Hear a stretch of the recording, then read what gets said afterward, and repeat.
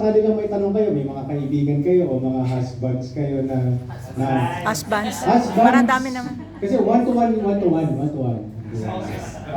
Meron po kayong spouses na nais magbakasyon po sa Pilipinas. Ito po ang available visa options dito po sa consulate, no? So, ito na po discuss ko ano ba yung mga types of visas available, and then latest visa policies and how to apply for a visa. Oh, and for our foreign guests here, it's also good for you to know this. Okay, shall we? Alright, meron po tayong basic 8 subtypes of the visitor visa. 9A po yung tawag.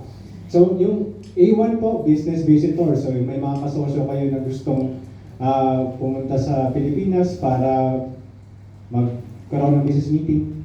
Diba? So, kailangan po yan A1. A2 po is tourism. Ito po yung sa mga magbabakasyon lamang. No? Take note po, Hong Kong residents are visa-free for 14 days. Ganun na rin po ang mainland Chinese. Okay? Indians din po, visa-free na rin for tourism for ilang araw po. Mamaya, discuss ko po. So, medical treatment visitors, madalang po ito. Pero kunyari, magpapagamot sa Pilipinas, 9A3 po yun. 9A4, meron po kami mga applicants ito. So, those na may yate. Kung gusto nyo po dali ng yate nyo sa Pilipinas, you apply for 9A4. Yachtmen, meron kami mga sailors eh. So, they sail their yachts from Hong Kong to 9A4 po yan. Filmmaking visitors po in 6. Normally po, konti kami sa 9A5. 9A6 meron po. For example, CNN wants to cover the Philippines for certain stories, they need to get a journalism visa.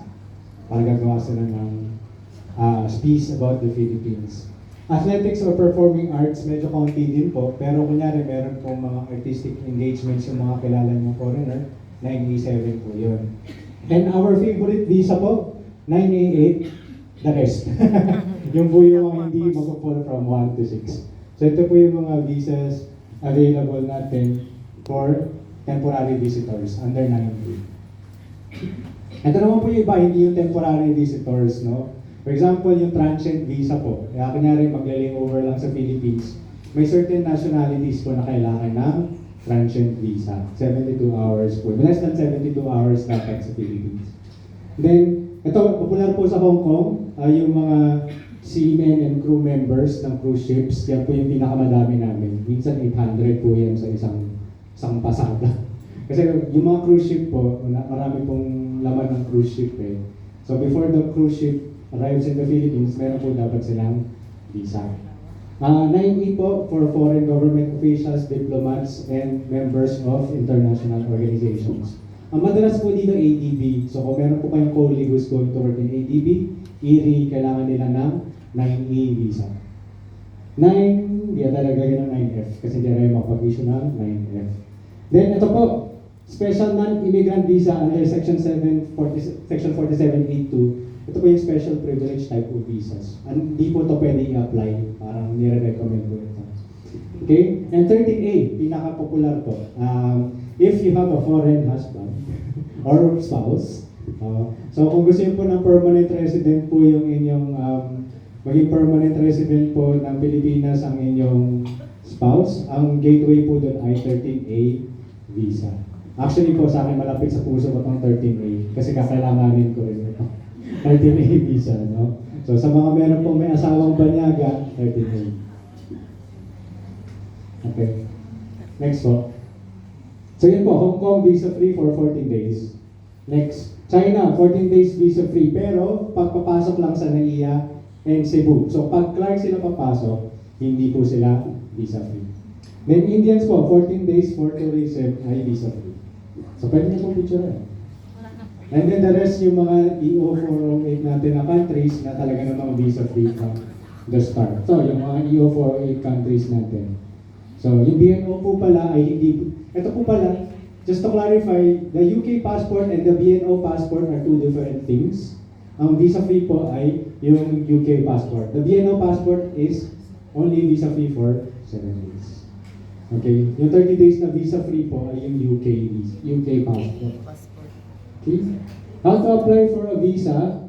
May kaiba lang po kapag tourism po, i-apply na po siya for VFS. Pag 9A2. Pero the rest po sa consulate pa rin. May DFS na po pala tayo. Alam niyo po yung DFS? So may nakagamit na po ng DFS. Pag ang application po is tourist visa, sa VFS na po ina-apply. The rest, other types of visa, dito po sa ating PCG. So yun lang po ang overview ng ating visa. Susunod na ba yung ATM? Okay. So na-discuss na po ni Sir Von yung ating economic and political. Political and economic pala. Then we go to our third pillar of Philippine foreign policy, which is ATN. Yung ATN po natin ngayon ay nahahati po sa dalawa. So yung ATN po na PCG po na humahawak, ito po yung mga non-OFWs. Para po sa ating mga OFWs, doon po tayo sa Migrant Workers Office. Sila po yung overseas operating arm ng tahanan ng OFWs, DMW. So nakaganon po. Sige, bigyan ko lang po kayo ng overview sa latest statistics. No? Meron po. Ito po ang statistics na, may bar chart din ba? Ayan. Ay, wala. Picture pala. Sorry. Meron po tayong 20,078 permanent residents. 934 general professionals. Ito po yung tinatawag natin na GEP visas. Okay? Meron po tayong 1,030 dependent visa holders. 144 na students. And of course, 205,764 domestic worker visas. Next, second po. Okay. So, sa Asia Pacific po, tayo po ang pang-apat na pinakamarami. Pero 2022 pa to. So baka medyo tumaas-taas na yung ranking natin. Pero sa buong mundo po, nasa top 10 po ang Hong Kong na pinakamaraming Pilipino. So yan po yung statistics natin from the FSI, the Foreign Service Institute. So yeah, laki po, di ba? Oh, so yun. Okay po? Pwede na tayo mag-proceed. Okay.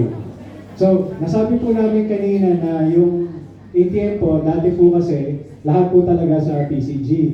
Pero ngayon po, kahati na namin ang Migrant Workers Office at OWA po sa ATM. So, pag OFW po kayo, meron na po tayo MWO para po sa inyong mga concern. So, nakita niyo naman po sa video kanina, no? Pag kayo po ay na-hospital, nakulong, o kung ano man kailangan niya ng shipment of remains, pag OFW po kayo, sa MWO po ang ating principal office for ATM. And then, pag tourist po kayo, permanent residents and other visa status po sa Hong Kong, sa amin po pupunta. Okay? Pero one consulate naman po kami at meron kaming group chat. Huwag kayong mag-alala. So, kahit sino tawagan ninyo. Pero kami pa rin po ang bahala sa mga, well, at least to spearhead some discussions on bilateral labor agreements. Spearhead lang, pero sila pa rin talaga. DMW pa rin ang principal agency. Yan. So, yun. Okay. Yan, relationship with the Hong Kong government. So, even though na nahati po yung ATM, pero kapag makikipag-transact po or coordinate with the host government, sa PCG din po yun. Kailangan kausapin yung Immigration Department para sa visa extension ng mga OFWs. Kami pa rin po yung kakausap. So, i-refer sa amin ng MWO. Or pag may mga technical working group meetings po kami with Hong Kong Immigration and Labor Departments. Kakatapos lang po namin ng EDSA Revolution, February 25. Okay? So yun, ayan, nandiyan na ulit. Ito po ang ating mga common ATM cases. Number 1, labor issues. Actually, dapat immigration issues pala mauna. Okay, baliktad po ha. Actually, mas maraming immigration issues. Overstaying po ang ating overstaying sa breach of condition of stay po actually ang ating pinakamatataas ng ATM case. Alam niyo po yung breach of condition of stay? AKA part-time? Yun po yun ang breach of condition of stay.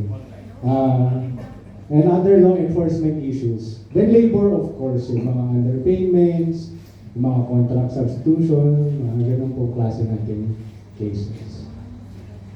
Common, yan, scams. I mean, nandito po yung mga ibang NGOs, nakapag-seminar na po ako sa mga prevalent scams. Baka pwede po natin ulitin this year. Makakatak po ako sa mga puso ninyo. Pwede po ano. Human trafficking po. And of course, civil cases, loans, child custody, and support, pati probate. Kanina po pala merong probate questions doon sa amin sa idulog mo kay attorney. Alam niyo po ba yung sabihin ng probate? Pag namatay po, kailangan asikasuhin ang mga ari-arian ng namatay. So, medyo komplikado po yun. Hindi po yun regular na tinatalakay ng consulate. Pero may mga cases po tayong OFW namatay. May bank accounts. Hindi po ng probate. Okay? Others. Ayan, may missing persons. Marami po yun sa ating leaders. Nagpapahanap ng tao sa amin. Opo, para kami bantay bata, 163. So yun, kami po yun. Pwede pong lumapit. Kasi minsan nasa China na sila eh. Diba? Maraming instances. So, yan ako lang po, kasama din po sa aming layunin ang coordination ng NGOs, civil society sa PCG para po mapalakas ang aming ATM. Kami po, 14 lang po ang talagang nasa operations ng ATM. Lahat na po yun. PCG, MWO, saka OWA, yung director. So, kapag tinignan nyo po yung ratio, bawat isang ATM officer po ng consulate, MWO at PCG, kailangan po mag-handle ng 16,463 Filipinos in Hong Kong. Mathematically impossible po yun. Kasi kahit pwede kami matulog, hindi namin kaya. So, paano po natin gagawin ito at pagtutulungan? So, next. Yan, to even the odds, kailangan po namin makipag-unayan sa civil society. NGOs po, yan, makatak na naman ako sa puso ng mga NGOs. Tulungan po tayo.